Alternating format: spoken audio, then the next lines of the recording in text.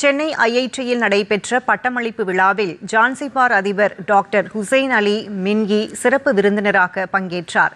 IIT வளாகத்தில் நடைபெற்ற இந்த நிகழ்ச்சியில் மொத்தம் 3106 மாணவர்களுக்கு பட்டங்கள் வழங்கப்பட்டன.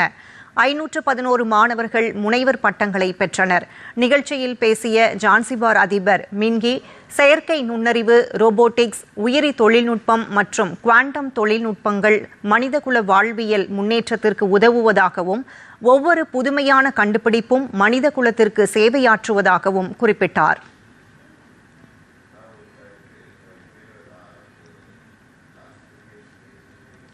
ஜான்சிபார் கல்வித்துறை அமைச்சர் லீலா முகமது முசா, இந்தியாவுக்கான தான்சானியா ஐக்கிய குடியரசு தூதர் அனிஷா கபூத்தி மெபிபா உள்ளிட்டோர் இதில் கலந்து கொண்டனர். ஐஐடி பேராசிரியர்கள், மாணவர்கள் மற்றும் பிற துறை அதிகாரிகளும் நிகழ்ச்சியில் கலந்து கொண்டனர்.